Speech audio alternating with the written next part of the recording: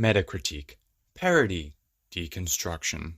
All words and phrases I'm sure you're sick of hearing. With every other project being greenlit that's usually part of an already existing franchise being one of these concepts, they end up oversaturating the market so much it ironically strengthens the sentiment they're trying to tear down, or at the very least creating a new one that absolutely no one likes, or very few people like, along with the fact that it sometimes ends up becoming a writer's self-insert into a franchise, childishly complaining about everything the original stood for.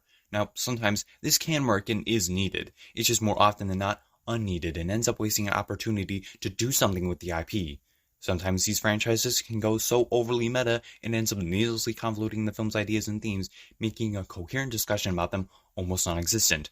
Such is not the case with today's movie, built on a franchise that was already meta and parodying horror long before it became cool and hip. Enter Scream.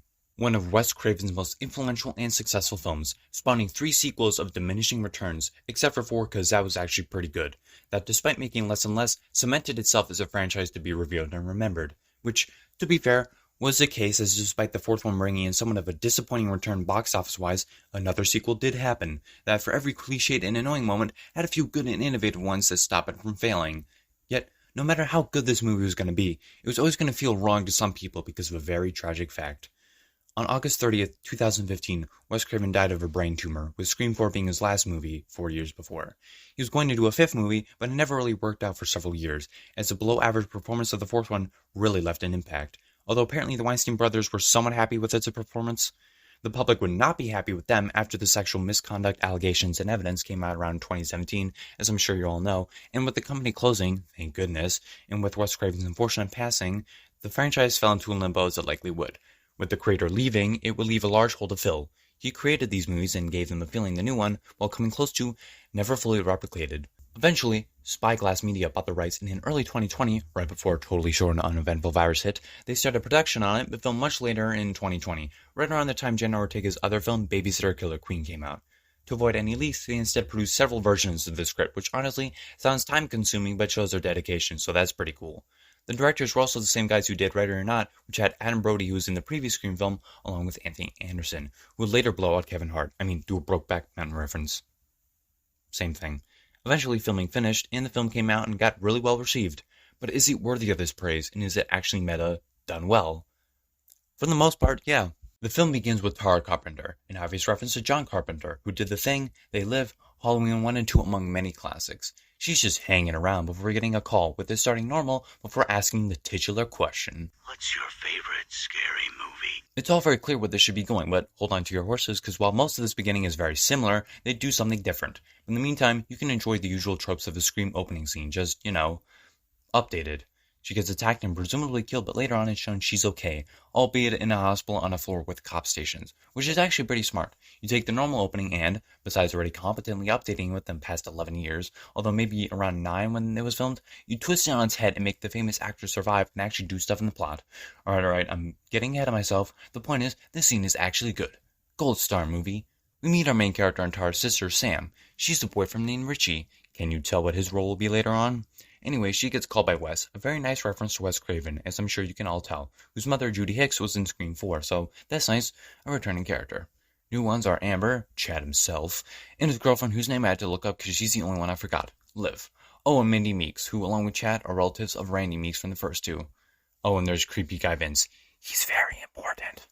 Sam and Richie head to Woodsboro, where the opening and other films took place, and some very important words are exchanged. You came? Of course I came. I've come. I am coming. Let them come. Very good movie. That was needed.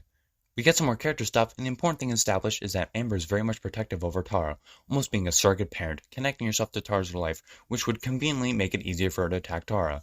I'm not complaining, this is all very good, and I like it. Hell, we even get some characterization for Sam and how terrible her home life was along with Tara, along with her acting out, leaving the hole Amber tried to fill. Good job, movie. 2 gold stars. You want a real drink?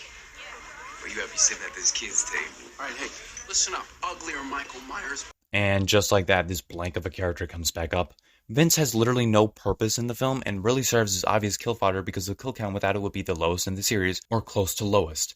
Yeah, he briefly hooked up with Liv, but there's nothing else to him, no interesting commentary on any group of people, toxic fans or traditionalists or anything really. But because he's pissing him off, it gives Chad a valid reason to be one of the suspects, and so when Vince goes out to decide to pee, strange things start happening. Can you guess what's gonna happen? Yeah, he dies. Damn, first Connecticut, then Elm Street, and now Woodsboro? This guy keeps choosing the worst places to live in and die. Sam leaves, and it's here where we're introduced to our visions of Billy Loomis, her actual father, and he's good. The de-aging isn't the best, and we're left with somewhat of a glossy tint that's so prevalent in CGI, but for a mid-budget slasher film, it's fine. It's a character that matters, and he's pretty good. He serves as a way to show Sam's conflict internally and help drive her arc when she couldn't talk to a real person. Plus, it's nice to see his character come back in a way that makes sense. It's brief, but we'll come back to him later. Sam gets attacked in a mostly tensionless scene. We know she won't die, it's simply too early, but it's not bad, just decent. But as a result of this, Tara will be put on a private floor and thus out of the movie for most of the first and second act. Sam talks to Tara about why their dad left, and it's because her real dad, Billy Loomis, secretly got her mom pregnant, but her fake dad didn't know and thus still proposed. They had another child, Tara, and eventually one day Sam was looking around the attic and found out about all this and got angry at her mother, not knowing the fake dad who didn't make her was behind her, causing him to leave. Now, this is all sad stuff, and it's nice to see siblings bond, but I feel like this would work so much better if this wasn't 10 minutes after this whole rebellious attitude thing was set up. It's just too quick. We then get reintroduced to Dewey, but now he's older and weaker, separated from the other OG cast members, and in fact, not married to Gail Weathers anymore. Can you guess what's gonna happen to his character? He talks to Sam and Richie and explains the rules to a horror film, and I like how the scene adds some weight to his fake-out deaths, as he has permanent nerve damage and a funny limp. So while that running joke has ruined a bit of tension throughout the original 4, this kinda makes up for it. He also doesn't want to help them. Can you guess if he'll come back later and end up dying? He's still called Sydney, as it's confirmed her and Mark Kincaid are still together. His actor is also in... Oh no. Why does his work keep showing up? Even when I'm not trying to reference those films, they somehow come back. Whatever. The important thing is Sydney is going to come back into the picture. They end up at Martha Meek's, Randy's sister's house, where Dewey has decided to come along. Didn't take long, but hey, I'm not really complaining, it's more David Arquette. This is where the film gets blatantly meta, as if it weren't already, by suggesting the attacks based on people related to the killers are doing a requel, and are weaving the legacy characters into the situation by tying them even more directly into it, which is kinda cool, but also painfully cliched in a way to be honest. These killers are mad at Stab 8, basically the toxic fans, and are trying to do a true sequel that brings in the legacy characters and tying it all together. Basically delusional shit killers. I'm still not sure how to feel about the scene. It's not really subtle at all. It's not that smart beyond the plan, but that's not exclusive to the scene. It's just I'm figuring out way too early on, we're barely 40 minutes in.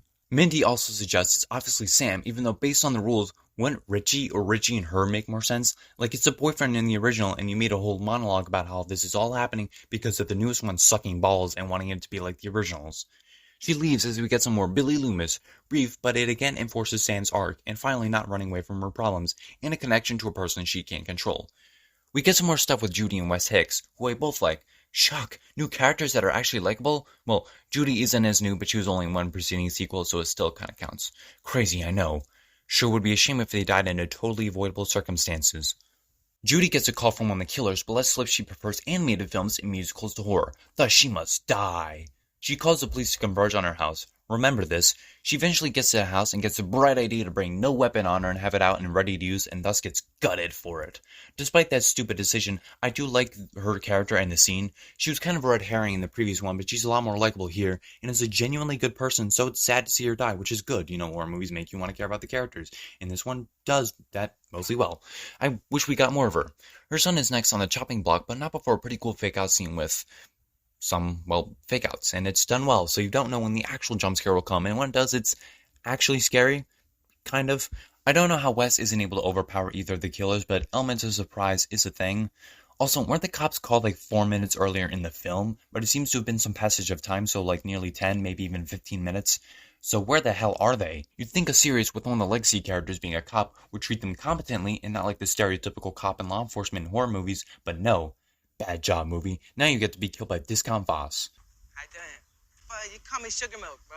Sugar Milk. Also, wouldn't it be hilarious if in his last moments Wes just amassed one of the killers to the audience? Then again, that happened in the opening of the first and they obviously didn't reveal who it was. Just a thought that popped into my head.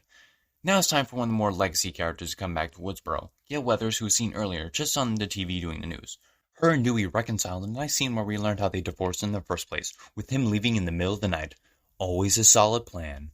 Being serious, it is a nice scene and doesn't feel like pandering to the audience or forced references. We cut back to Richie watching a review of Stab 8, always a non-suspicious activity to be doing around this time, with two hosts who totally don't run one of the biggest horror movie channels ever. Totally. Who's at the hospital? Who's watching my sister? Just heard about the sheriff. Are there only 5 or 6 cops in this entire town, including the one who's now dead, Judy? There should be plenty more cops. Maybe that's why so many murders happen. The entire police force is slightly above the size of an average nuclear family. We cut back to Tara, who, yeah, she's in this film with an oddly absent patient monitor. Huh. Weird. Also, how's it nighttime already? The last movie time worked that fast was... Oh. Nope.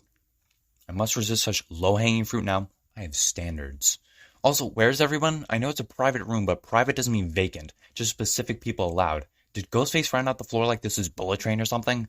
Oh, I guess there was one officer who got killed. Poor cop. Left all alone by idiots.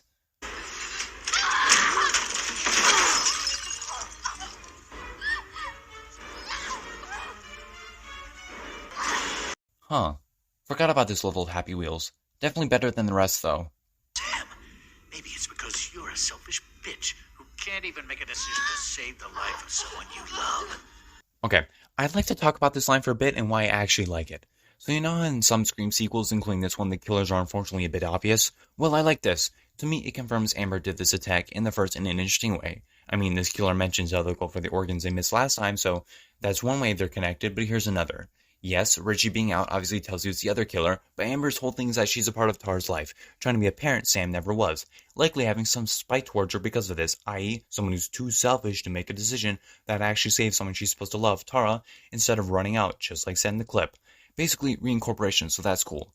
So while she's betraying Tara by not being a suitable parental figure, using that factor to advantage to easily attack her, she wants to twist a knife in a way that makes Sam feel even worse, and in retrospect, and upon looking back at this whole event, her fault in a cool way of setup and payoff in a subtle way. Or maybe I'm just stating the blatantly fucking obvious, but I don't know, I thought that was cool. Either way, Dewey and Sam reach the private floor and get the others out, while Dewey stays, with it being obvious what's about to happen. He goes to shoot the killer but gets distracted with the call and pays the price, getting brutally stabbed several times in a real sad scene. Yeah, it was obvious he was going to die, like how I said earlier, but he made this character's reintroduction fun and likable, making it seem like it was a solid continuation of Dewey's character, not someone pretending to be him. Plus, I like that the last thing he saw was a sign Gale still cared for him, or at least based on his facial expression, that was what he was thinking. It was obvious one of the Lexi characters was going to die and it would likely be him, but damn did it count. You may have done some missteps, but overall, good job, movie. Now instead of being killed by Discount Foss, you get to be killed by the real one.